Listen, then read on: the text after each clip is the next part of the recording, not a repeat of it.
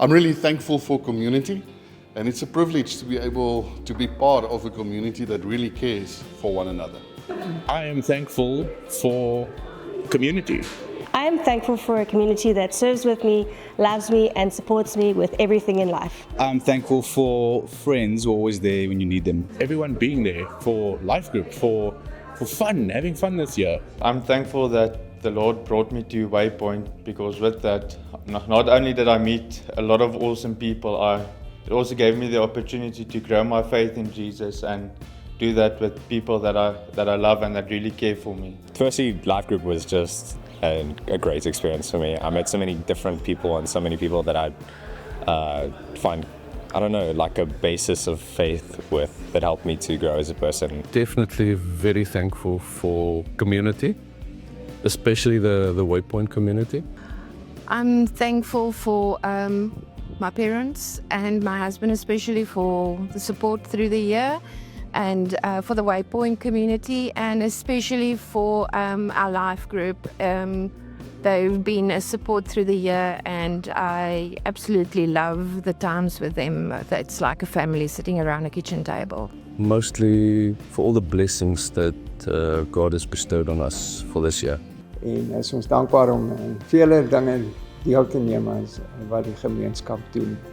I'm thankful for the love that God has showed me this year, the amount of community and just that the friendships that were made. I'm thankful for love. I'm thankful for my wife, I'm thankful for my health, communities, especially life group, the new people, the old people. I'm thankful for all the help and support I've got from the community here and from Waypoint, and then all the blessings that God has put across my family and myself. My husband, for my family, for friends, for our life group. I'm also thankful for the Lord. He's carried us through hard things, and we are still able to have joy in our season that we're in.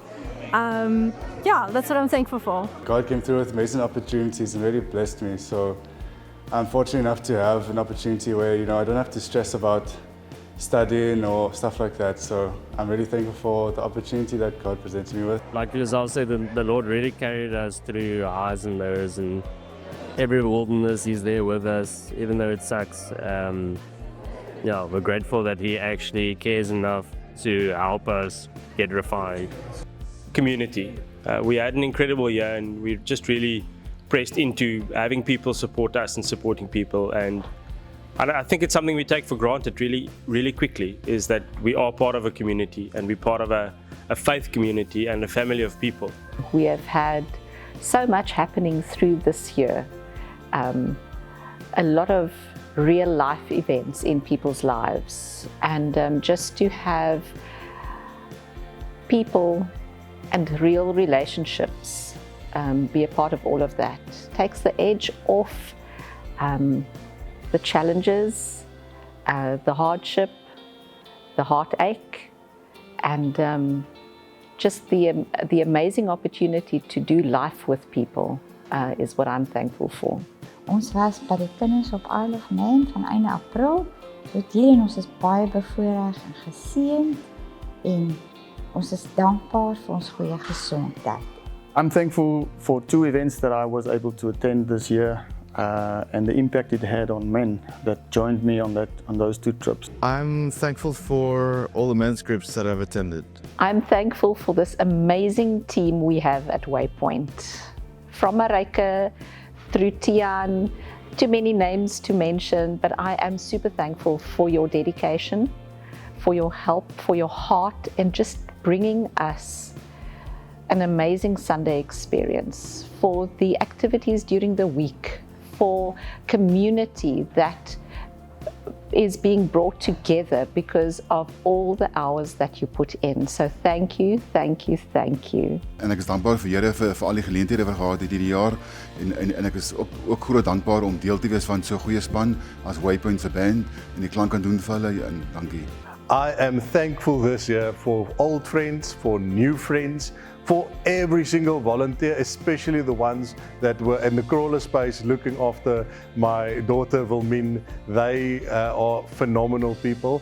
And also a specific thankfulness for probably the most thankless volunteer job on a Sunday, the tech team, because they make us on stage look and sound just so much better. So thank you to you guys. We love you so much. I am grateful for the opportunity to be here at Waypoint, the opportunity to serve. Thankful for every person, every opportunity. Thank you for love, thank you for community, thank you for the worship team, for being part of such an amazing bunch of people. To be a part of the band is just always such a way to be connected, and I can just feel the Lord in my bass and being connected via worship. That's one thing that I'm truly thankful and feel blessed every time I get to be connected with the band. For me personally, being part of the band, a huge privilege to be part of such a bunch of talented musicians. I am very thankful for the band. Most Sundays, when you really don't actually want to come and you walk in and you just hear the music and it just lifts your spirits and just sets you up for the rest of the service. I am thankful for my family. So this year I'm really thankful for the amazing growth that I've seen in my boys. Ek is dankbaar vir my verloofde. For the year 2024, I'm thankful for having grown closer to God, for the intimate relationship that I've built with him. It was one of my goals. Ek is baie dankbaar vir hom en ook net hoe God het ons vir alles gehelp het met die beplanning en I think this year I was reminded to be thankful for a lot of things that we sometimes take for granted, like a family, a roof over our head, health, a stable, steady job. I think in the day and age that we live in, and sometimes even the country we live in, we take those things for granted and we forget to be thankful for them. Ek is so dankbaar vir alles in my lewe, vir dat ek opgestaan het vanoggend in die eerste plek en vir almal my familie en vriende hier by Waypoint. I'm grateful God blessed me with wonderful friends I've got lately. I am thankful for life, for all the blessings that I've received throughout the years, and for the Lord blessing me every day. I'm very thankful that God is still with me, and I'm very grateful that He's still on my side on whatever circumstances happening or anything that is very hard on my life happening.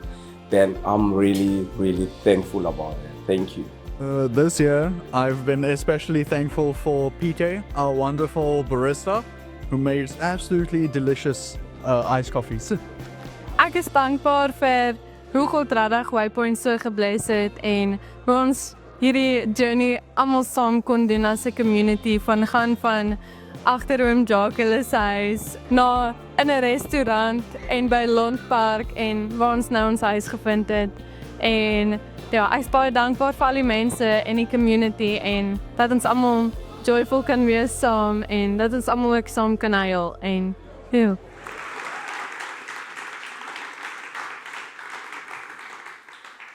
Yeah, there's actually not much of a message to say after that. I think that says it all. But we still have a few minutes left, so I'm going to give you a message about exactly what is the thing of thankfulness. What is it really about? Because thankfulness, like most things in life, can lose its meaning if not done properly, correct? Okay. So before we start with that journey, I need to take us back to where we started the year. And we started this year with a specific theme in mind, and that was the names of God. And you've heard this every Sunday. We are focusing on the names of God, not because God has a bunch of different aliases, but the names of God because we want to get to know the character of God. All right. So once we get to know God's character, and what happens then? The focus becomes on who He is rather than who we are. Because our human tendency is constantly to focus on ourselves, correct? Our human tendency is always to figure out, am I going to be okay? Am I going to be safe? Is my future secure? Is my kids, are they going to get the best? Is my family going to be okay? Is my health going to survive? That's our constant human nature. And that's something we constantly have to fight. And a lot of us, what we do is we so focused on the problem or the fixing, when God says, hey, you're trying to fix everything. You've tried to fix yourself. You've tried to fix your situation. And if you've been around long enough, you know that you've tried to fix a lot of things in your life and failed. And in my case, if I just take my own experience, failed every single time I tried to fix things. And still do. You see, the invitation that God gives us is in the getting to know me, in the pressing into who I am, you actually get to know yourself. Why? Because when I get born again, I get His character. So, as I'm pouring into God, without me knowing it, I'm actually changing. And what happens is when I turn back to life, from this place of knowing who I am in God, yes, the circumstances are the same, but I have changed. And I focus and I bring something to the situation, not depending on the situation and what the outcome is. But I bring something, I change something because of who I am. So that is where we've been walking this whole year. And now we're here at Thanksgiving Sunday and looking back. And you'll hear most of the people that said they're thankful were thankful for community. That's something we heard the most there. And why do you think that is? It's not because of the good times, I can tell you that. Yes, there have been some good times, ne? Ne, Simone? Coming up. Yeah. There's been good times. But the reason why all of them, and I know most of them personally, the reason why they said they're thankful for community is because of the tough times, because of the difficulty, because of, I don't know how I'm going to get through this. And in that tough, that situation where you think, God, where are you? What happened? A community came beside them. Someone came and said, hey, I've got this. We're with you. And in some cases, it was someone maybe that helped you refocus onto who God is.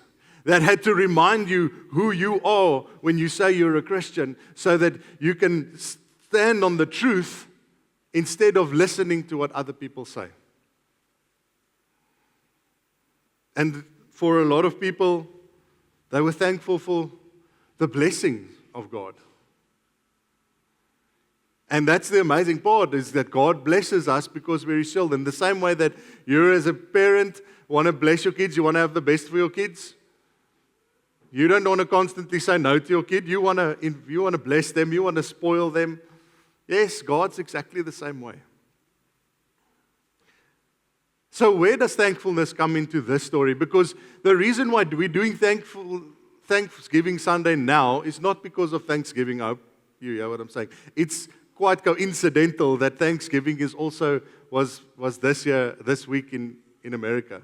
But the reason why Thanksgiving is here, because thankfulness is the key to all of the rest of these, is the key to unlocking this life, getting to know God's character. Without thankfulness, you can miss the whole thing. You can miss the whole reason for this. Because you'll see, as you're going to see, thankfulness is more than just saying thank you. That's the easy part. So I'm going to take you to a story. Most of us know it. If you grew up in church, you probably know it very well. But it's a story where Jesus is on his 3 years at earth. He's busy on his mission, and he's busy preaching and doing miracles where he's going. And on this one occasion, he was walking to Jerusalem, and he passed through the midst of Samaria and Galilee. So this was an important distinction. Within the kingdom of Israel, there was these pockets of places that different ethnicities of people lived. And Samaria was one of these places. And the Samaritans, the people who lived in Samaria, and the Jews, the people to whom Jesus belonged, they did not like each other. They were enemies. When they saw one another, they would hurl insults at one another. They would walk, someone who was a Jew would rather walk kilometers further than go through Samaria just to avoid, and not because they were scared, but because they despised the Samaritans so much. And what does Jesus do? He passes through Samaria because that's who he is. He's not going to be confined by what people think and what people's expectations of him are. So Jesus walks through Samaria as a Jew, and this happens. So then he entered a certain village, and there met him 10 men who were lepers. So if you don't know what, it's not a leopard, it's leper. Okay, malaats is the Afrikaans. So what this is a disease that affects your skin, and because they didn't have a cure for it back then, it eventually spread to your body parts, and you could actually lose some of your body parts. And the thing about leprosy was that they thought it was contagious. So that's why when there was someone sick and they saw a leper spot on you, you would go to the priest, and the priest would say, okay, you need to get out of the town and you need to go stay outside of town.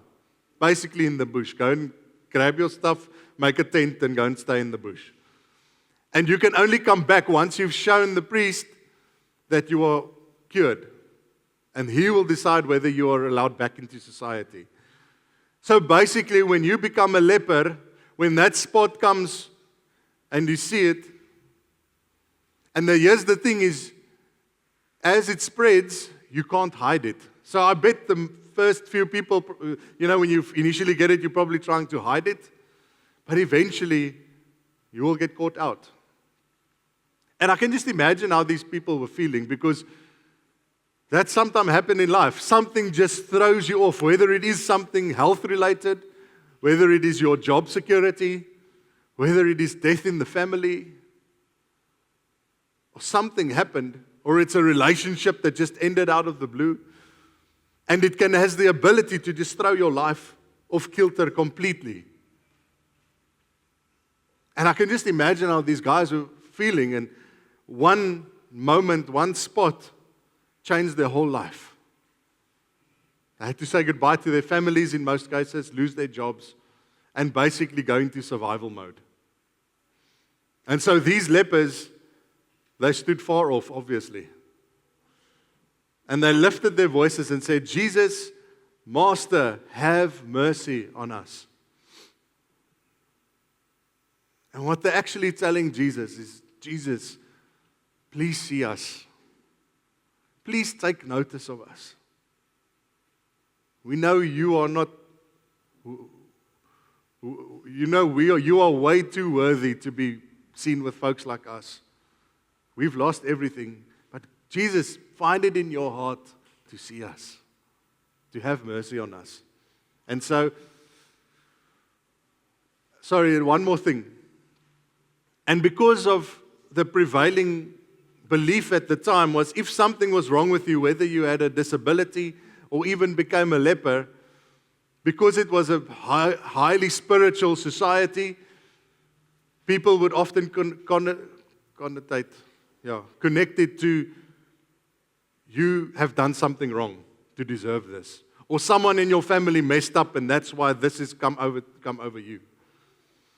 So people were looking at them, and often they looked at themselves also as saying, and it would eventually spill over to how they see themselves, and it was a fact of, well, I probably did do something wrong, or my family did. I deserve this. So this was the way they see it. So when they say, Jesus, have mercy on us, they're also saying, we've messed up. Jesus, please have mercy on us. Next one. So when he saw them, he said to them, go show yourselves to the priests. And so it was, as they went, they were cleansed. This is an important part to note. Jesus, from afar off, said, go it to the priests and show it to the priests. Now, when I read this verse, it doesn't mean they were healed and then they went to the priests. It said, so it was that as they went, they were cleansed. They were healed. You see, following Jesus always requires a faith step, doesn't it? And so it was with these lepers as well. As they went to the priests, thinking, well, what's going on? But we're trusting this guy. They were cleansed and they were healed. But as you know, the story is not finished. There's still more to it. And so, one of them, when he saw that he was healed, so they're walking on the way to the priest, and all of a sudden they lift the bandage and, hey!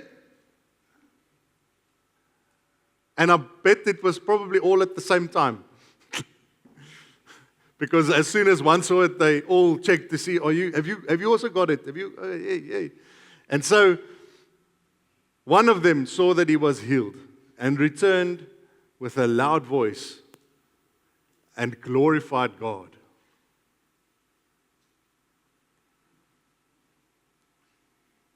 And fell down on his face at his feet, giving him thanks. And I think Luke just knew he had to put that last part in there. And he was a Samaritan. You see, with a loud voice, he glorified God. When it happened to him, he couldn't keep quiet. People, his friends, everyone had to know that something happened. The reason why we believe in Jesus is because something happened and a bunch of people couldn't keep quiet.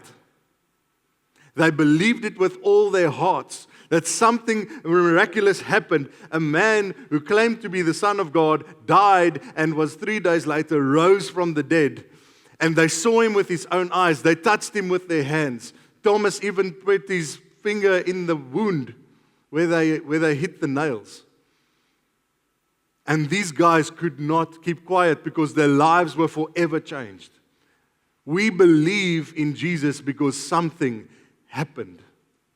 We don't just believe in an airy-fairy God we can't really describe, and we don't really know what he's like, so we just kind of fill in the blanks. No, Jesus, the Son of God, died and rose again, and because of him, we can believe in God. We can experience God, and we can trust God as our Father.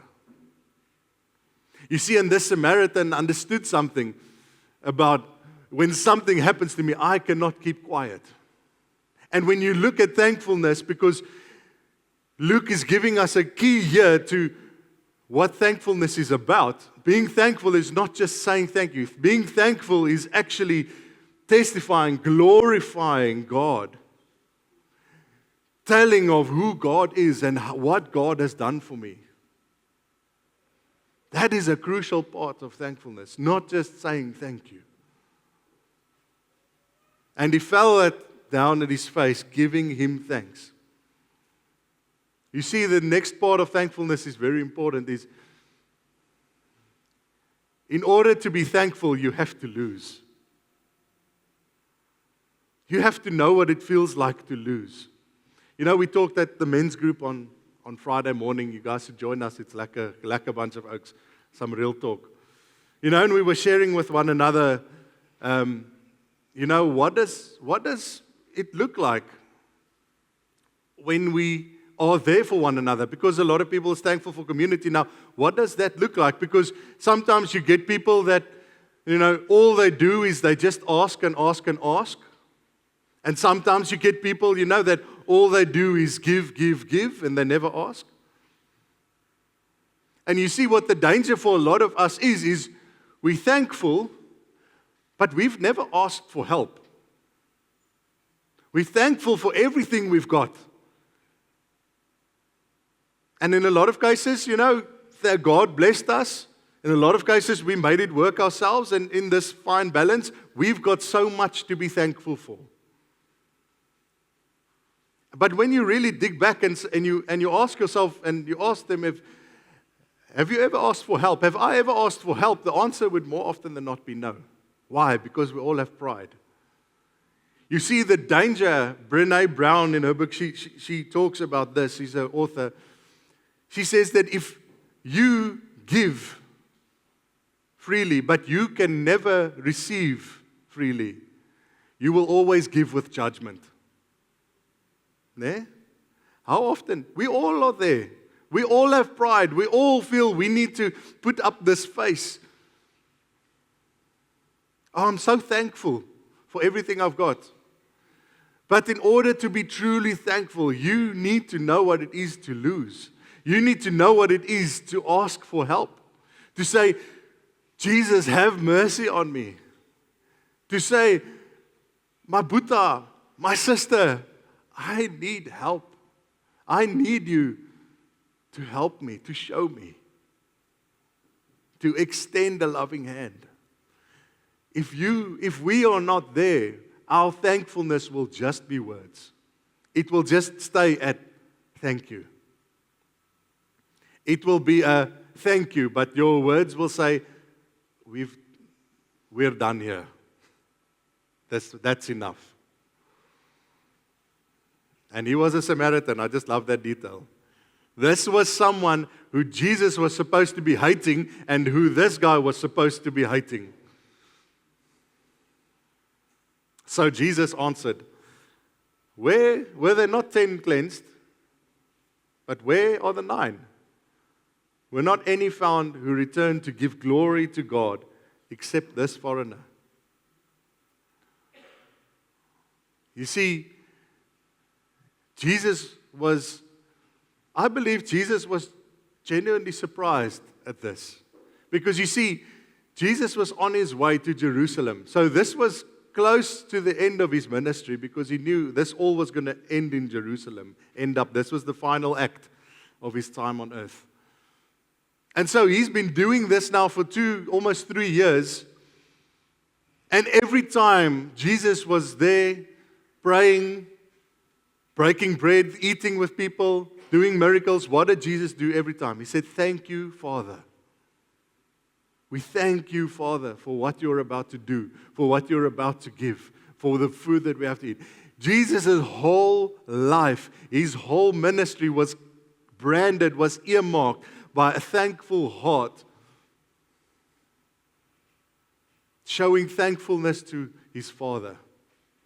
And I believe Jesus was actually surprised here. Because after 2-3 years, do people still not get it? That you can just be healed and go on with your life as if nothing had happened? Because my life is fine now? You see, this is the last part of thankfulness that is very important. And Jesus modeled this the best. Authentic thankfulness is not just saying thank you, but showing thank you. If your thankfulness does not go beyond just words, if your thankfulness does not move you to action, is it really thankfulness? Is your heart thankful? Or is it just this? We know it when we see it, don't we? We know that hypocrisy. We know that inauthenticity when we see it. And yet we still do it. So the question you have to ask yourself today is, what is the legacy of the blessing I have received? You've been blessed. And if we looked back on the year, a lot of us were so thankful for community. A lot of us were so thankful for the people in our lives, for family, for friends, for serving, for how God changed our lives. Nee, Herman.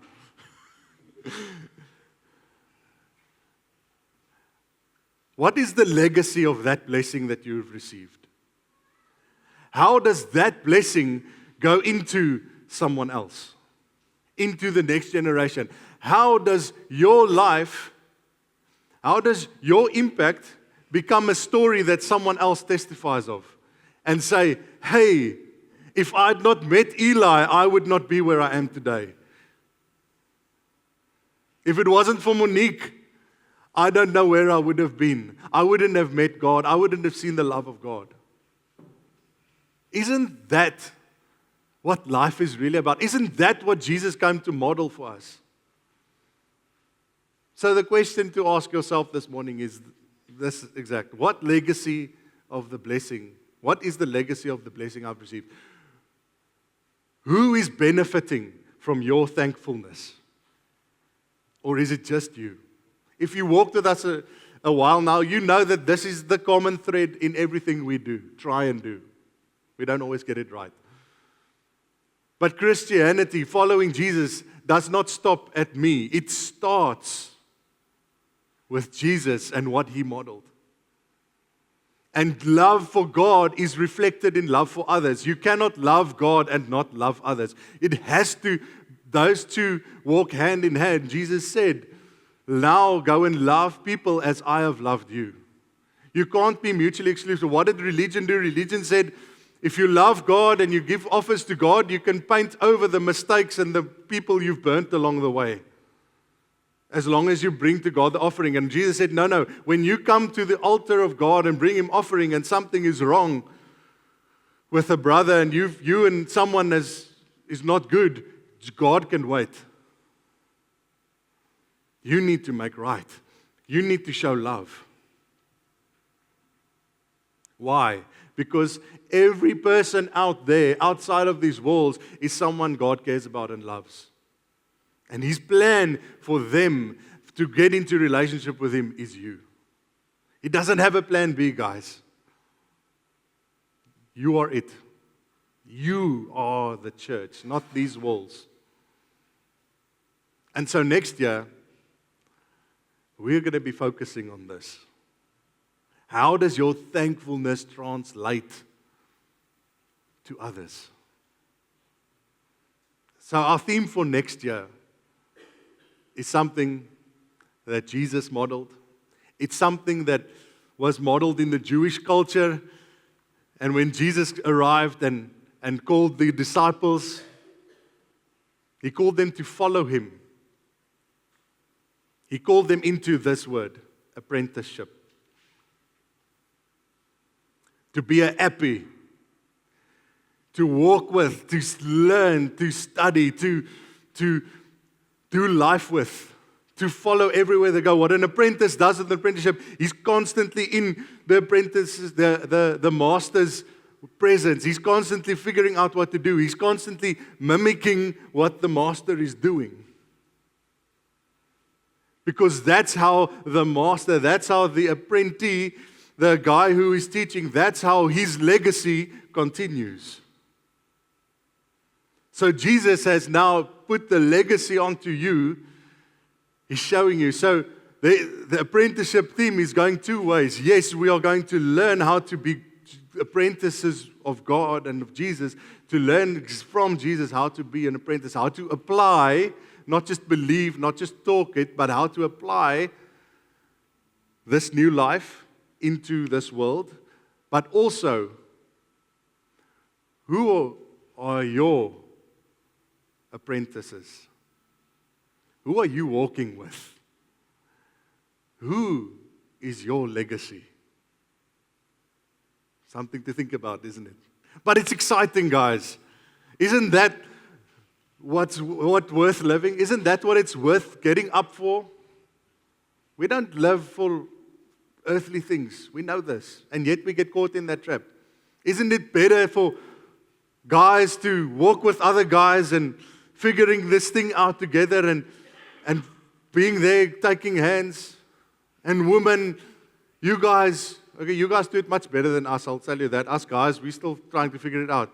But to be a woman that are really there for one another, where you older women you have so much wisdom to teach our young ladies, to teach them how to really view themselves through God's eyes, not through how the world and young manikis see them, but how God sees them. Isn't that a legacy worth fighting for? Isn't that a legacy worth laying your life down for? I believe it is. And we want to invite you on this journey with us. Join, partner with, take hands in this journey next year. And next year, Thanksgiving Sunday, we can look back. And my heart is for you to look back and see your apprentices.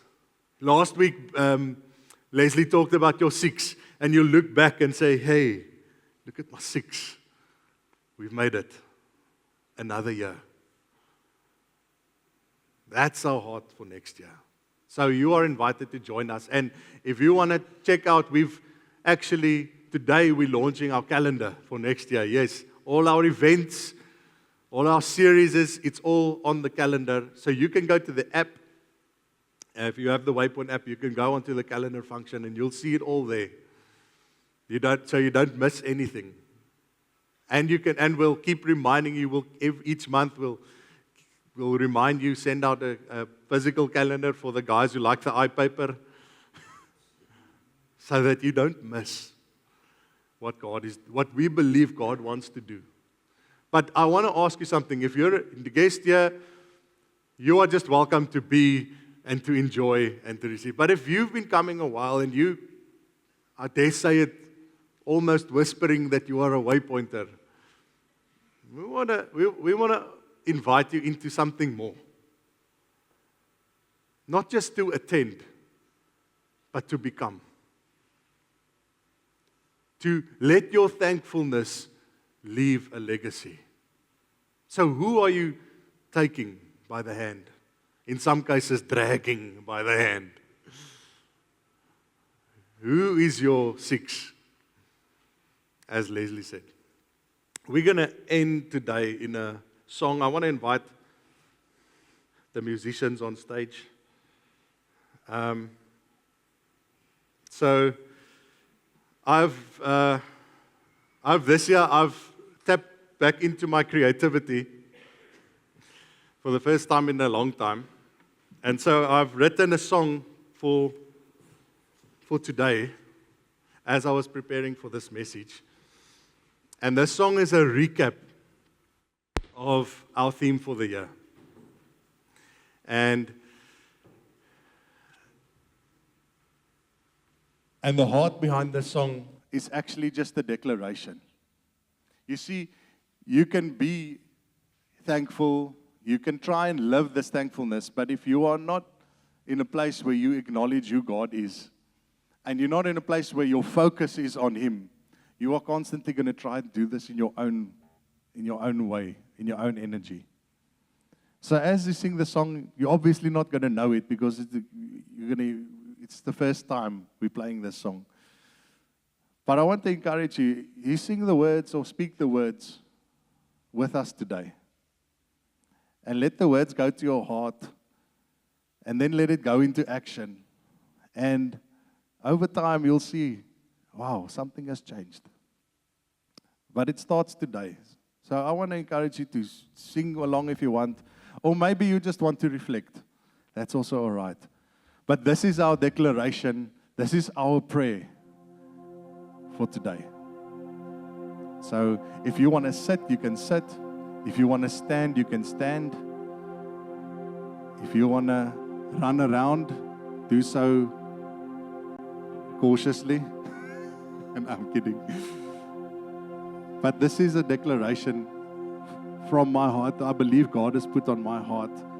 And I'm inviting you in with me today.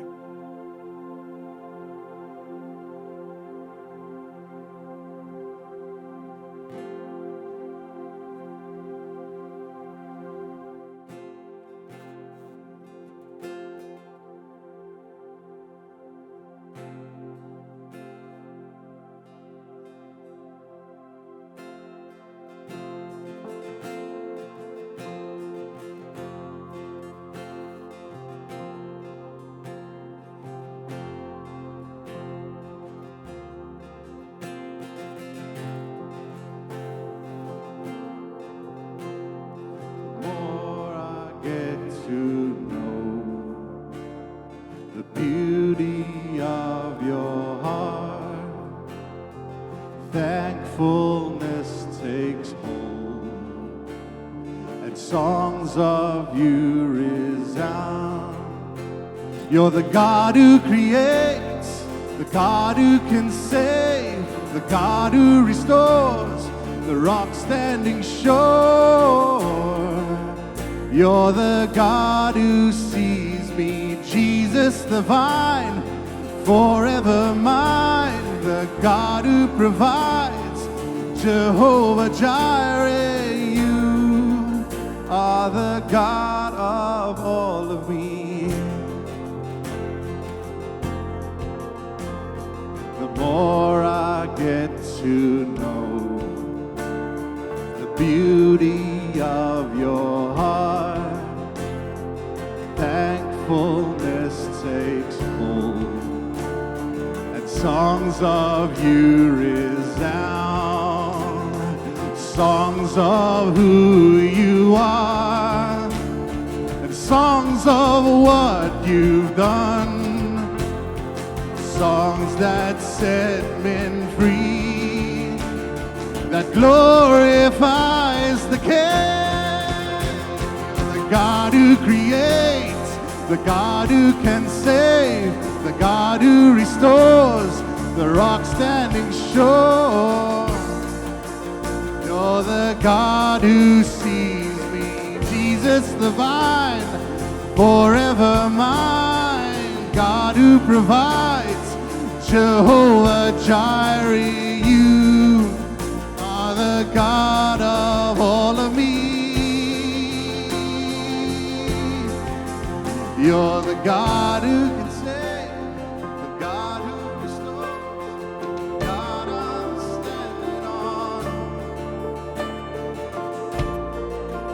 You're the God who sees me, Jesus the vine, forever mine, the God who provides, Jehovah Jireh. You are the God of all of me.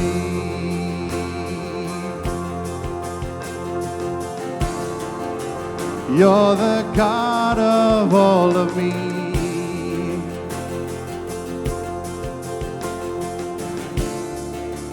You're the God of all of me.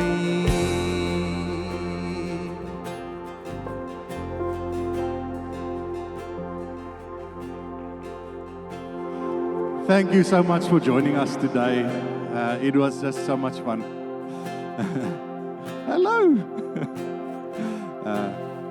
So from me, Wilmien, and Sunette, we want to really wish you a really Merry Christmas, a happy, a blessed Christmas, to which your thankfulness will flow onto others in this festive season. And we will start next week with our build-up to Christmas, so we'd love to see you there. Bring your oma, your opa, your skoonma. We'd love to meet them. And we will also be on Christmas. And then next week, Sunday, is Night of Worship. So, yeah. And then also bring and share. So we're going to have community beforehand, and then we're going to worship. All right.